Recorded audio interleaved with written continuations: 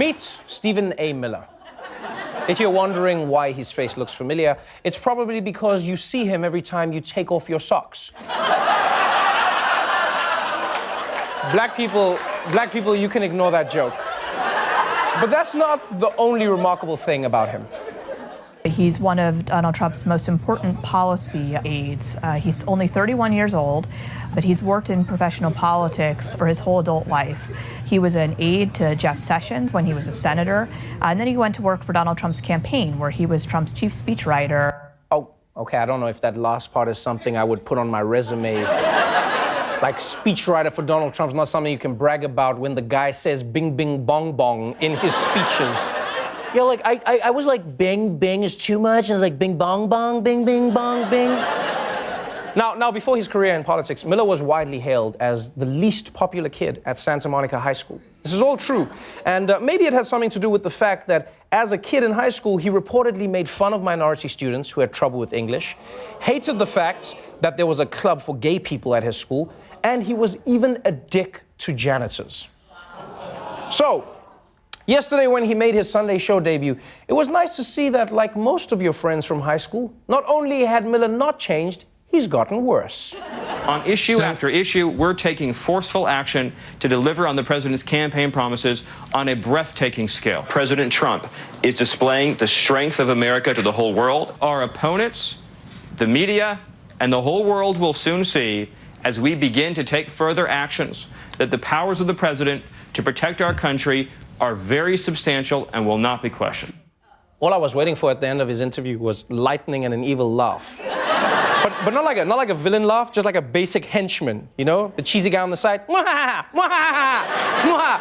Our leader will not be questioned. Mwahaha, mwahaha, mwahaha. Allergies. Quick question, what's up with will not be questioned? What does that mean? Sounds less like an argument and more like a line from 50 Shades Darker. I will not be questioned. By the way, the president will be questioned, because that's sort of how America works. You know, as the Ninth Circuit Court said last week, checks and balances, biatch.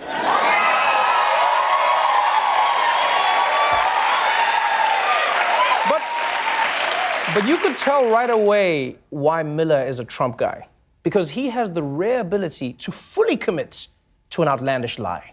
President Trump again this week suggested in a meeting with senators that thousands of illegal voters were bused from Massachusetts to New Hampshire. Do you have that evidence? I can tell you that this issue of busing voters into New Hampshire is widely known by anyone who's worked in New Hampshire politics. Do you have any evidence to back that up? Talk to anybody who's worked in politics there for a long time. This is such a high school tactic for trying to defend a lie. Becky is the biggest slut ever. Well, you could ask, like, anybody? Do you have proof? Yeah, like, you ask, like, anybody? The only problem is when you do actually ask, like, anybody. Take a listen to Fergus Cullen. He's a former state Republican chairman of New Hampshire. The idea that people are coming to New Hampshire to commit fraud on a massive scale like this is just preposterous, and it needs to be called out as untrue. That's right. Take it from Fergus Cullen. These allegations are bull. And I know Fergus is not a liar, because if he were a liar, the first thing he'd lie about is his name. My name is for James. Anyone who introduces himself as Fergus is an honest man. Here's another thing we learned about Stephen Miller. You won't like him when he's angry. I mean, he won't change physically, unfortunately, but he really ratchets up the dick. Do you have any evidence? If this is an issue that interests you, then we can talk about it more in the future. Just for the record, you have provided absolutely no evidence. I'm prepared to go on any show, anywhere, anytime, and repeat it and say the President of the United States is correct 100%. Any show, anytime, anytime. I'll go on Real Housewives of Atlanta, say the president is right, and that his weave is much better than any of theirs. You want a piece of me, Kenya? Bring it on. Bring it on, Nene. Bring it on. Bring it on. Anywhere, anytime. Anytime. Bring it on. And just like that, Stephen Miller became a made guy in the Trump gang. Because you see, his Sunday show appearance wasn't designed to persuade anyone or argue about facts. It was about pledging allegiance to an audience of one. And it worked. Because immediately after his appearance, Don Trump tweeted, "Congratulations, Stephen Miller, on representing me this morning on the various Sunday morning shows. Great job." You know what the saddest thing is? Sean Spicer has been waiting for that tweet his whole life. Yeah, and now everyone thinks he's a girl.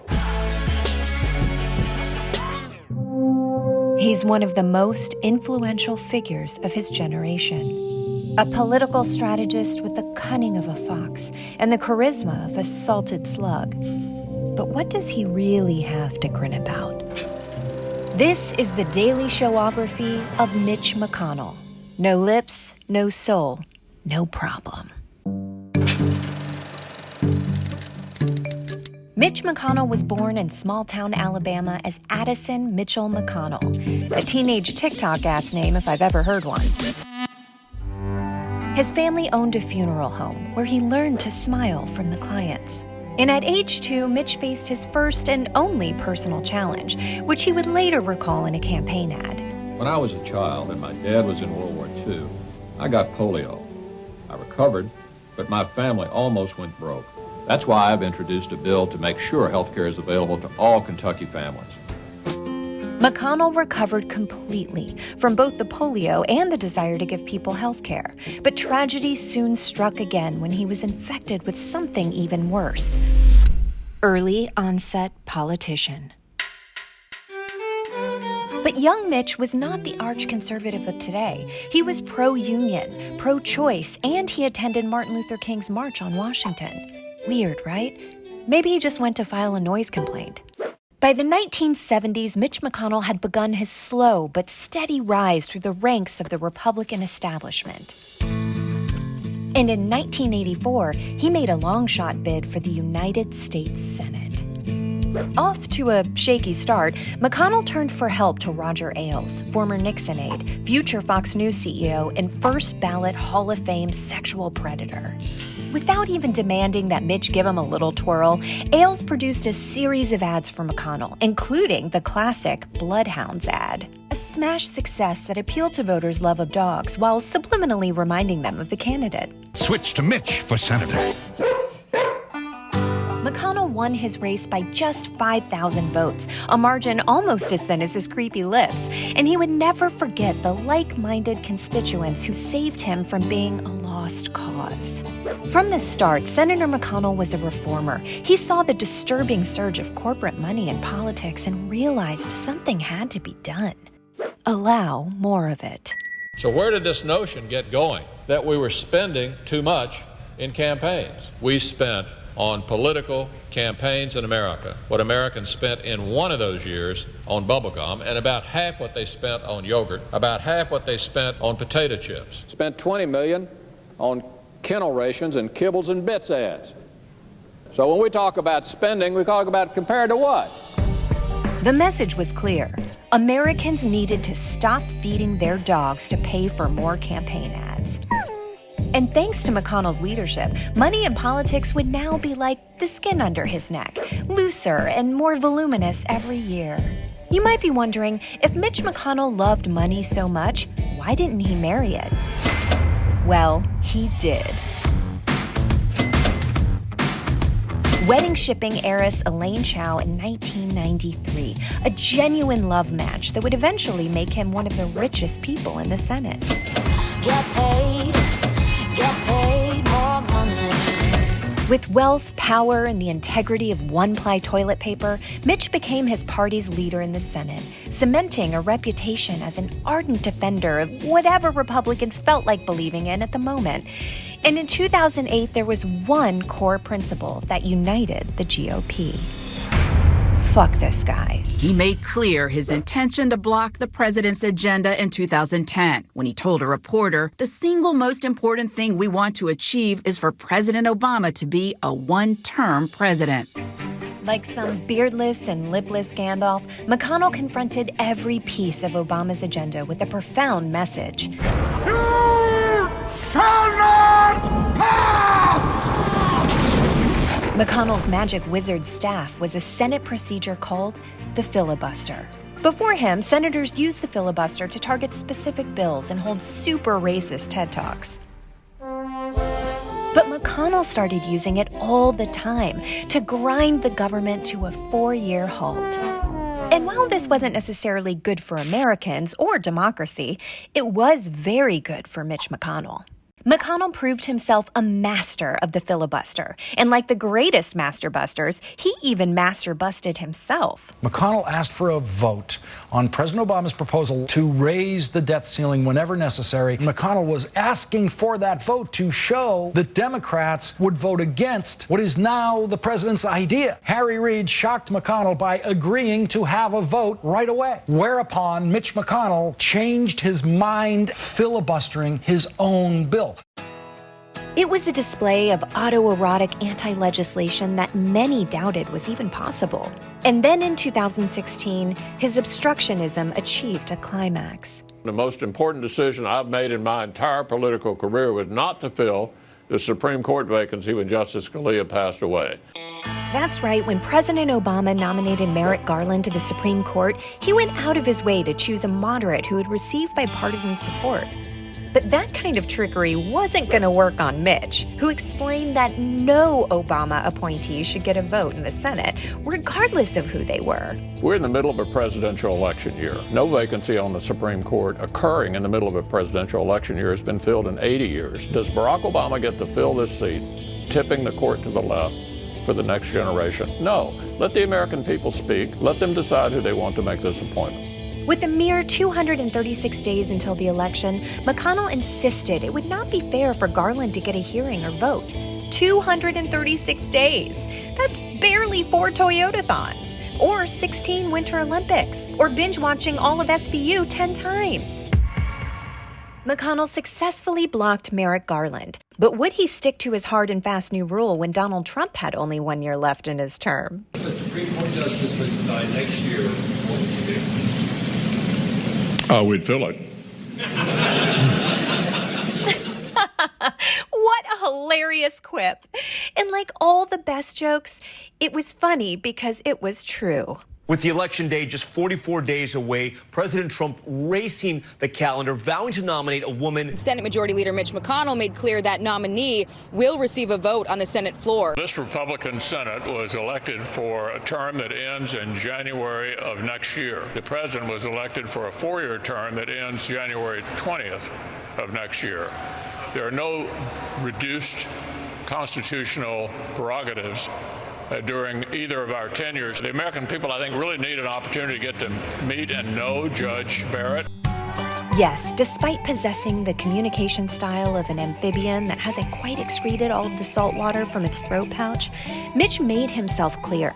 He would install Amy Coney Barrett even if it meant giving everyone in the White House COVID in the process. And it wasn't just the Supreme Court. From the first day Donald Trump took office, McConnell got to work, installing a record 234 young, right-wing, sometimes wildly unqualified judges throughout the federal courts. Something he was able to do because he had blocked Barack Obama from appointing his judges. So I was shocked that former President Obama left so many vacancies and didn't try to fill those positions. I'll tell you why. I was in charge of the of what we did the last 2 years of the Obama administration. I will give you full. Never before had a smirking white man stopped the progress of a black man since all of American history. Nothing could stop Mitch, not Democrats or basic decency or consistently being named the most unpopular senator in the country. Not even a conspiracy-minded ex-felon who ran for Senate in 2018 and hit McConnell with one of the greatest nicknames in political history. One of my goals as U.S. Senator will be to ditch Cocaine Mitch. And no, there was nothing to the suggestion that McConnell was involved in smuggling cocaine, but he is very white, and rich douchebags can't get enough of him. So the nickname does kind of fit. But that success came with a price. McConnell's relationship with the president was sagging faster than his jowls. While Mitch praised Trump in public, he spent most of the administration privately mad over things like being cool with Nazis. And the president was privately mad right back at him in public. Guys like Mitch McConnell, they don't fight. I think we need better leadership than Mitch McConnell and stronger leadership. Indeed, there were very complicated feelings on both sides. And so it was that after the January 6th insurrection, Mitch McConnell heard a tiny voice in the back of his head. The voice of that teenager who was so inspired by Martin Luther King Jr., urging him to speak the truth and create a more just America. The mob was fed lies. They were provoked by the president and other powerful people. And then he heard a louder voice in the front of his head, telling that tinier voice to shut the fuck up. Senate Minority Leader Mitch McConnell, he voted to acquit former President Trump. If the president was the party's nominee, would you support him? The nominee of the party? Absolutely. Glorious.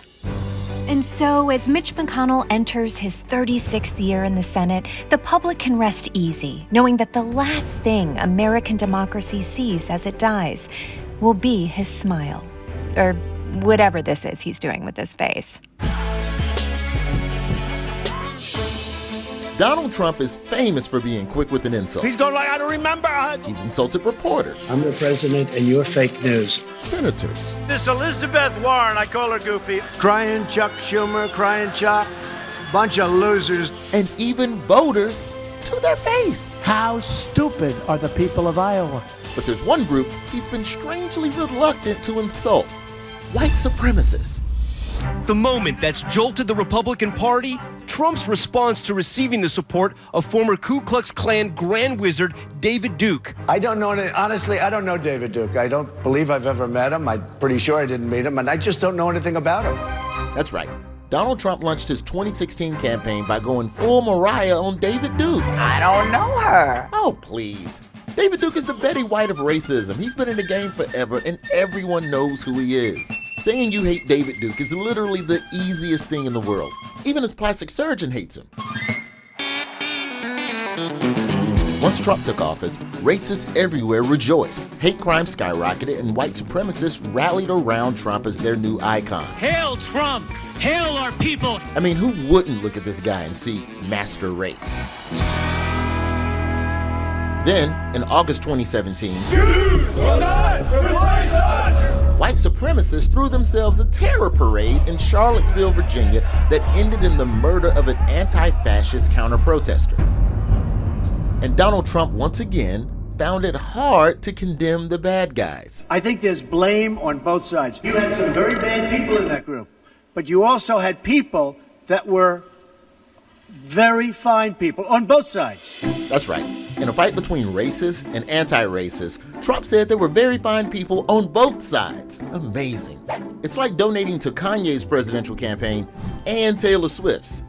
Sometimes, Trump doesn't even wait to be asked about white supremacists. He just finds them himself on Twitter, retweeting accounts like White Genocide TM. Good thing they trademarked that. It could have been stolen by some men's hair dye. This summer, Trump even retweeted a video of his supporters yelling, "White power." White power! White power! It's the retweets that get you in trouble. You don't get a bigger honor from the president than that. It goes retweet, pardon, Medal of Freedom. But no matter how much Trump makes it clear that he's on the same page with white supremacists, people keep giving him the chance just one more time to finally denounce them once and for all. But are you willing tonight to condemn white supremacists? Sure, are you I'm prepared willing to do specifically that, but do it? Well, go ahead, I would say almost everything I see is from the left wing, not from the right wing. So then do it, sir. Say it. Do it. Say it. Do you want to call them? What do you want to call them? Give me a name. Give me a white name. supremacists and Who would white you like me to condemn? White supremacists and right Proud Boys, stand back and stand by. Okay, stand back and stand by. That's the worst way to ever condemn something. It's like breaking up with someone and then texting them TTYL. Seriously, Donald Trump struggles so hard to do something so simple. It's like he's trying to walk down a ramp, or walk downstairs, or hold his wife's hand. Of all Donald Trump's scandals, supporting white supremacists should have been the easiest to avoid. I mean, what could possibly explain why he keeps stumbling into situations where racists and Nazis think they have his support? I guess we'll never know. Ladies and gentlemen, meet Joe Arpaio. He was elected sheriff of Maricopa County, Arizona in 1993, and quickly developed a reputation as an intense opponent of illegal immigration, which you can kind of get. You know, he's in law enforcement, he's cracking down on something illegal. You know, it's like how Smokey the Bear brutally mauls anyone who starts a forest fire. That's the thing. Oh, what, you thought he writes them a citation? No, he kills people. He kills them. He's a bear. He's a killing machine. But as much as Sheriff Arpaio presented himself as anti-illegal immigrant, it turned out that he was really just anti-being a decent human being.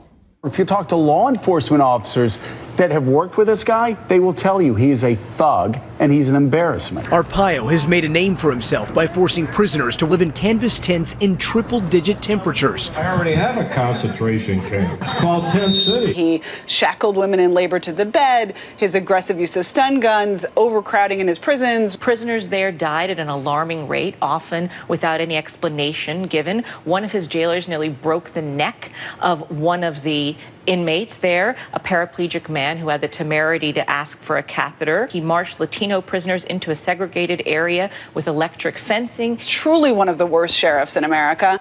Yes. The man Trump pardoned is regarded by many as one of the worst sheriffs in America. Worse than Sheriff Clark, worse than Sheriff Roscoe P. Coltrane, worse than the sheriff Bob Marley shot in his song. And that guy was a dick. That guy was a real dick. I mean, Bob Marley was super chill. If he kills you, you had it coming. You had it coming. But this guy's bad news. And now, Sheriff Arpaio's abuses of power didn't just hurt the inmates at his prisons, right? They also hurt the taxpayers who had to foot the bill. During Arpaio's tenure, between 1993 and 2015, cases involving Arpaio and his office totaled $142 million in legal fees, settlements, and compliance costs, according to the Arizona Republic. In fact, that includes 2 lawsuits over the wrongful deaths of prisoners and tens of millions in civil rights and discrimination suits. Yeah, just think about that for a second. $142 million spent because of him. Think about all the other things that money could have bought. Schools, or roads, or they could have just paid Conor McGregor and Floyd Mayweather to punch Arpaio in the face. That's a lot of money. That is a ton of money. And now here's what may surprise you. All that Arpaio did, that's not why he needed a pardon. No, those were just his extracurriculars. Yeah, it turns out his full-time job is racism. Tonight, the controversial former Arizona Sheriff Joe Arpaio has been found guilty of criminal contempt. Arpaio was found guilty for defying a 2011 court order which barred his officers from stopping and detaining Latino motorists. His agency has been accused of pulling over drivers just because they were Hispanic so they could check their immigration status and not just because of traffic violations. Wow. Being Latino in that town must suck. Just getting pulled over all the time just for that. Sir, do you know why I pulled you over? Because I'm playing Despacito? Yeah, and it's the version without Justin Bieber. Let me see your ID. Let me see your ID. Now, contempt of court may not seem like a big deal or something to get excited about. I understand that, because when you hear contempt of court, you think law and order, right? You're in contempt. I don't care. I'll spend the night in jail. But this wasn't some night in jail offense. This was a federal court ruling that Sheriff Arpaio was routinely violating Americans' constitutional rights and ordered him to stop immediately.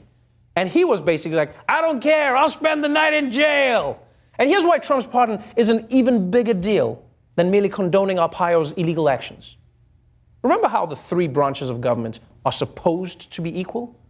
Well, convicting someone of contempt is the one and only way the judicial branch can put muscle behind its decisions. So when the President of the United States steps in and pardons someone's contempt conviction, he's essentially rendering the courts powerless. Why would Trump pardon Joe Arpaio? Arpaio jumped on the Trump train long before his presidential run, supporting Trump's birther lie about President Obama. Trump really admired what Sheriff Arpaio was doing. It's just easy to endorse him because everything I believe in, he's doing, and he's going to do it when he becomes president. You know, for a guy who's not racist, Donald Trump sure has a lot of racist friends. Yeah. He's like the straight guy at the gym that all the gay guys hit on. Maybe they know something you don't. Just maybe.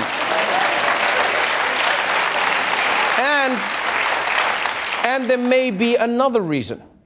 It feels like Trump did this not just to reward Arpaio's loyalty, but to send a message to all his other cronies from the campaign. Hey guys, good news. We get our own set of laws. You don't need to cooperate with Mueller in the Russia investigation. I'll just pardon you. And here's what tells me that this was really just about Trump sending a message to not sweat the judicial branch, right? The fact that Arpaio hadn't even been sentenced yet. He pardoned him before the sentencing. And at most, he would have had to spend 6 months in jail. That's it. You don't need to waste a pardon on someone who's going to jail for 6 months. Like if I was president and my friend asked me to pardon his 6 months, hell, even if my mom asked me to pardon her 6 months, I'll be like, yo, mom, you know I love you, but it's 6 months. Here's a carton of Camels and a burner phone. I'll see you in the spring. All right, I'll see you in the spring.